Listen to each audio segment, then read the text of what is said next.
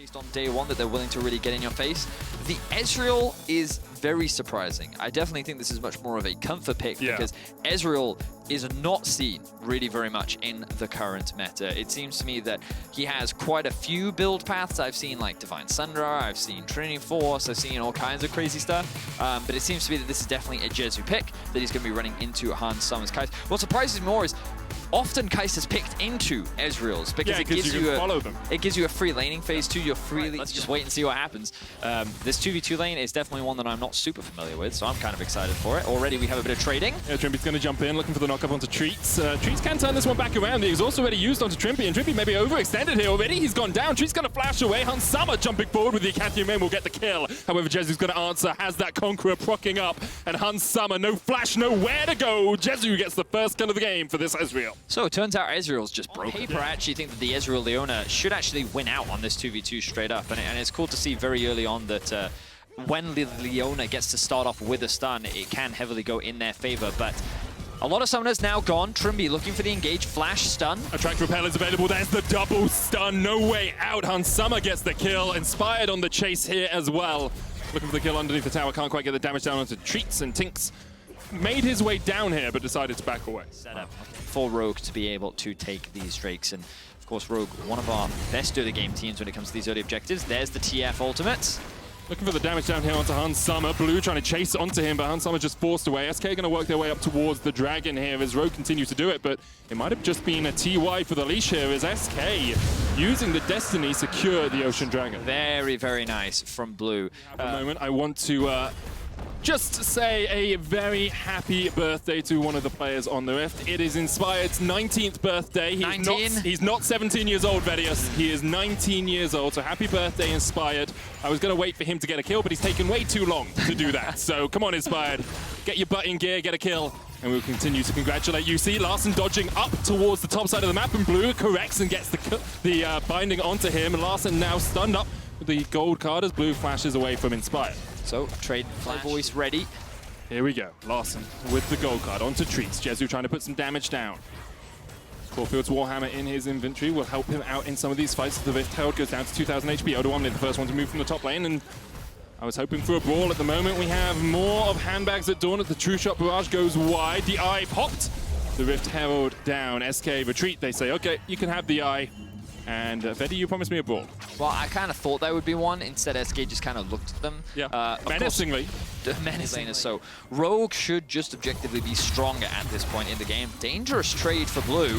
With the blue buff on, Larssen locks the stun card. There's the spear from Inspired. Blue ticking down and will get taken out. True Shot barrage comes out though, and there goes Inspired as well. The jungler down in exchange for the mid laner. SK might use this as their opportunity to take the dragon. Okay, so I think that the trade from Blue was not the best, but the bot lane from SK was already on the rotation down because they expected Rogue to be committing toward this objective, and Rogue wanted to contest them. They felt strong enough and ready to go, and that means that with a great ultimate that came through from Treatz in the mid situation like this, could have potentially dived onto the Ezreal, but once you're in, you're kind of in. You don't have the best tools to be able to escape from that situation, but it seems that Rogue have found themselves another pick. Yeah, Blue really has no tools apart from stealing away the Cougar form and using the jump. Blue, that was beautiful. Very clever thinking there from Blue in terms of their lane assignments and how things are kind of playing out, but this should be an objective going in the favor of Rogue. He should be able to lock this one down with no TP on Blue. He's not going to be able to stop this siege from happening, and while Rogue may not be able to secure the tower right now, it is so very close to Blue. We'll trade flash for flash once again. Going to be tower traded. odoamne, he knows that he's at a number disadvantage, but he's clearly saying that he can outplay this. The question is, will he be able to do it? Well, World Ender yet to be popped. He's stunned up, he's locked up, and that ult was far too late. Treatz takes the kill. odoamne unable to survive the 1v3. Yeah, not great from odoamne, but now let's see if Trymbi... Oh, stun lands. Stun card. Trimbi's going to dive underneath the tower, but exhausted straight away. Larssen's there as well. Trymbi down to half HP. Teleport coming in from SK as they look to continue this fight. Jenax stepping forward. Larssen Destiny's out. Oh, Trymbi.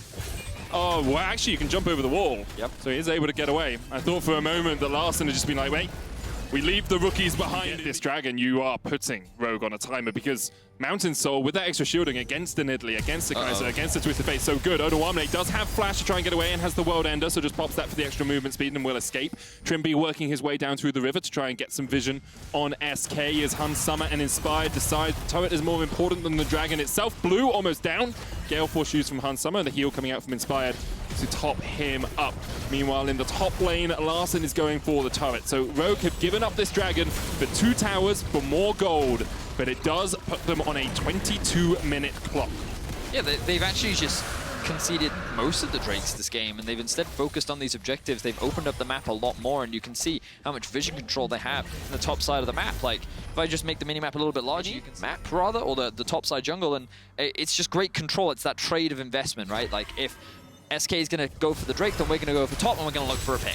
Jezu has been caught out. Killer Instinct comes. Oh, that's a nice. Oh, okay, I see it. Yeah, I see. Reminds me of Rek'Sai's old. It's the farm alarm, right? Everyone sees the eye above him. It's like, oh, it's fine. Larssen's just going to. People watching probably won't know that reference. That's true. Well, Blue is caught out here, steals away the Killer Instinct, but Hun Summer and Inspired are too darn strong. Sorry.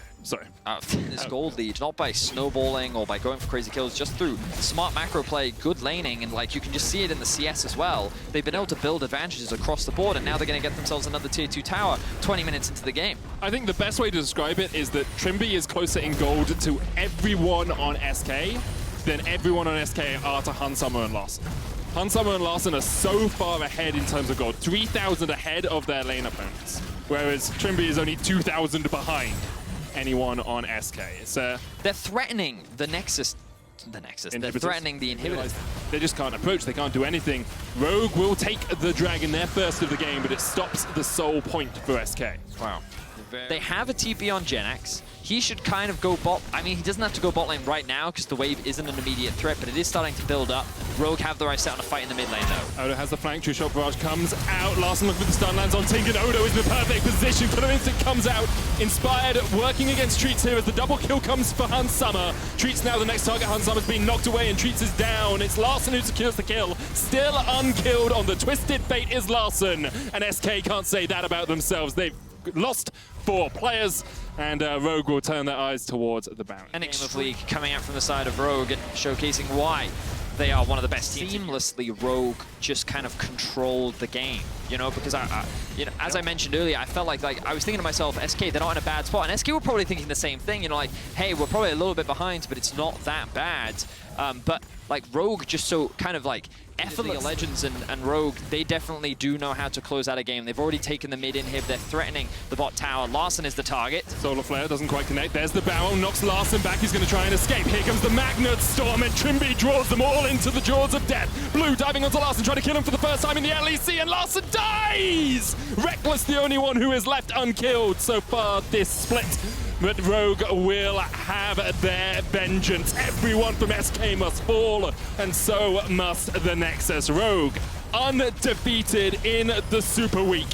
With silent perseverance, they will go 3-0 on the week, and they have done it in dominant fashion. Please kill the Nexus, Rogue. Do it for Inspired. It's his birthday. What a gift for him. 3-0 on the week. Very well played from Rogue. Very little to criticize outside of losing the 2 versus 2 at level 1. I feel like that we did not see many mistakes coming out from this Rogue roster, and huge props to them. This team has come into the first week of the LEC Spring 2021 season in commanding fashion. They really have, and SK, as you say, it looked